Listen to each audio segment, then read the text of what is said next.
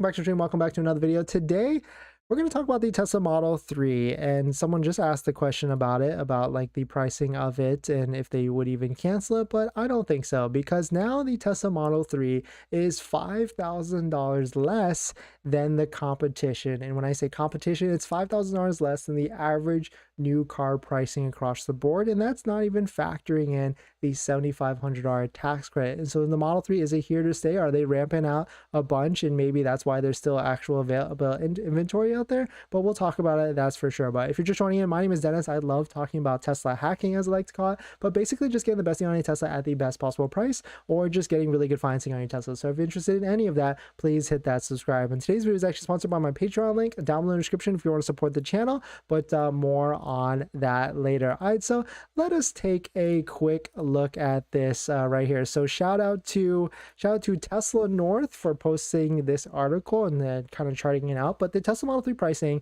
is now $5,000 less than the average car in the US. And the fun fact that I learned from this is that the average price of any vehicle, like all vehicles across the United States, is now almost $48,000 for the average price of a vehicle. And so if you look at it from like that perspective, like $50,000 Model Y, if it's just slightly above the average, that seems like a decent deal. And if you don't have to pay for any sort of dealer markups or anything like that, production plans or anything like that, that seems like a decent price. And then if you were to go to the opposite side, at $43,000 Model 3 standard range, factor in the tax credit of $7,500, factor in the CVRP of $2,000 or maybe even $5,000, you're at like half of what the price of the Model 3.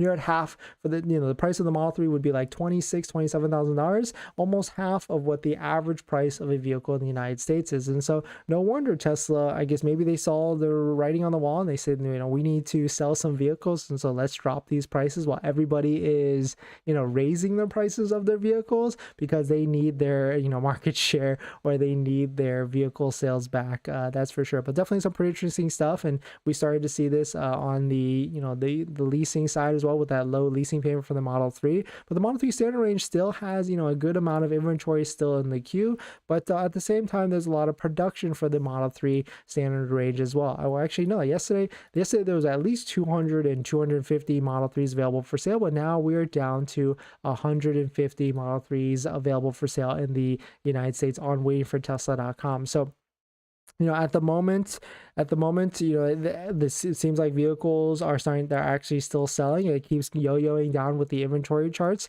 especially for the Model 3. So for a while, I was thinking that they would drop the price, but if inventory keeps staying in like the hundreds to maybe even 150 range that we're at right now, I don't think they will drop the price. Maybe the price at $42,990 with the $7,500 tax credit is the right price for a Model 3, because that certainly makes sense. That would make it what, $37,000, $36,000 car, which is $10,000 less than the average price of a vehicle in the United States. So let me know your thoughts on this. I feel like I ask this question a lot, and everybody feels like the Model Y is the best deal out there. But I mean, if you need a inexpensive car, well, I say inexpensive, but it's relative, right? It's still $36,000 is a good amount of money, that's for sure. But if you are spending a lot of money on gas, $300 to $400 a month, and I can see where it certainly could make a lot of sense, and a Model 3 could pencil out for you. But definitely some pretty interesting stuff. Let me know your thoughts. It seems like Tesla has priced their vehicles very well right now, especially with the Model 3 and the Model 3 long range, or Model 3 standard range and the Model 3 long range. And we'll start to see it. Like if Tesla, we move into this next quarter within March to see if there's actually any sort of push for Tesla sales or any sort of discounts, well, that will be a big indicator if Tesla has enough orders or not. So definitely some pretty interesting stuff. We're going to jump back into the comments and some of the questions, but before we do that, this video is actually sponsored by my Patreon link. Down in the description there's a Patreon link where you can support the channel, and there's a variety of benefits, but some of them include actually scheduling a call with me where you can ask me any questions about buying a Tesla, selling a Tesla, or even financing a Tesla. And after you schedule the call, you get a link to my buying guide, which has links to all the resources that I use to get the best possible deal at the best possible price, including a couple credit unions on that list that have interest rates as low as 2.5% to 3.2% to 4% from 60 to 80 months.